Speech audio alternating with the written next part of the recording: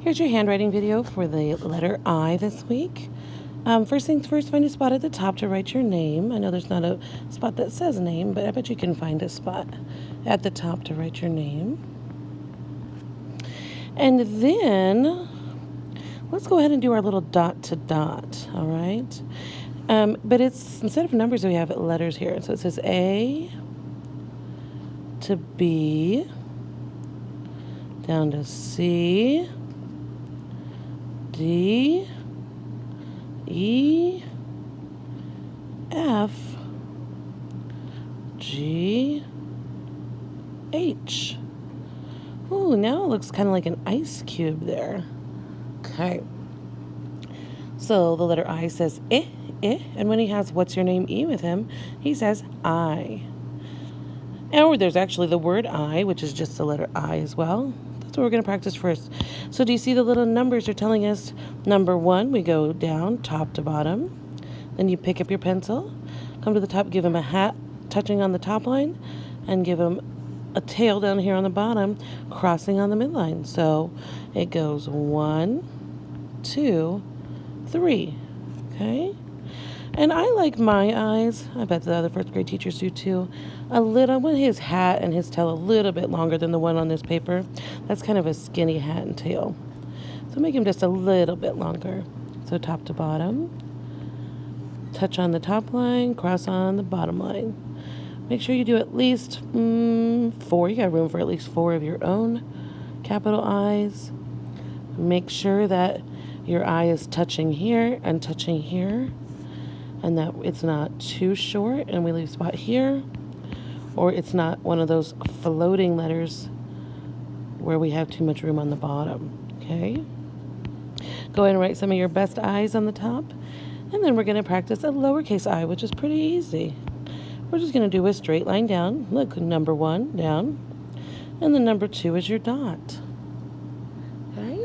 A lowercase I, start at the midline, draw a straight line down to the baseline, and do a small dot on top. This is not how we do a dot for an I. We don't need a circle, it's just a dot. Just a tiny dot on top. I also don't like to see it when people do circles like this. That's wasting time, and it doesn't look very nice. It looks kind of sloppy. So make sure your dot's just a small dot on top. Do at least 4 of your own I, lowercase i's down here. Okay, then we're going to trace this lowercase I in this word right here. And this word, I'm going to mark through the E, rainbow to the I, because remember when I have that what's your name E, he says, what's your name? And he's saying, my name is I. So in this word, it's not the word, and it kind of looks like the word Ike. But in this word, we're going to learn later, when I have an E that comes after a C, it changes C sound to S. So this word is actually ice, ice. Then we're going to trace the I right here in this word, or write the I in that word.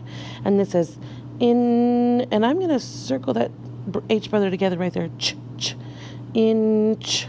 Wa.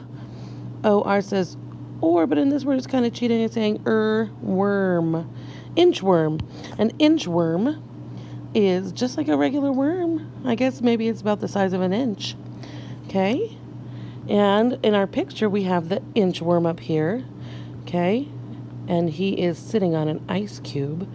And so in our question down at the bottom it says, why is the inchworm cold? Why would he be cold? Yeah, because he's on ice. So let's write a sentence. Okay, I'm going to do a capital. The inchworm is on ice. So capital T, H, E. Then give yourself a good finger space here. And then we're going to write the word inchworm. It's right here. You just need to copy it right here. Inch, worm. If you don't have room and you need to go to the next line for your next word, go ahead and do that. But I have enough room to write the word is right here. The inchworm is on, and here's the next word, ice, that we're going to write. Ice, period. The inchworm is on ice. When you're done with this page, you can color that inchworm if you want in the ice, and then you take a picture of it and send it to your teacher.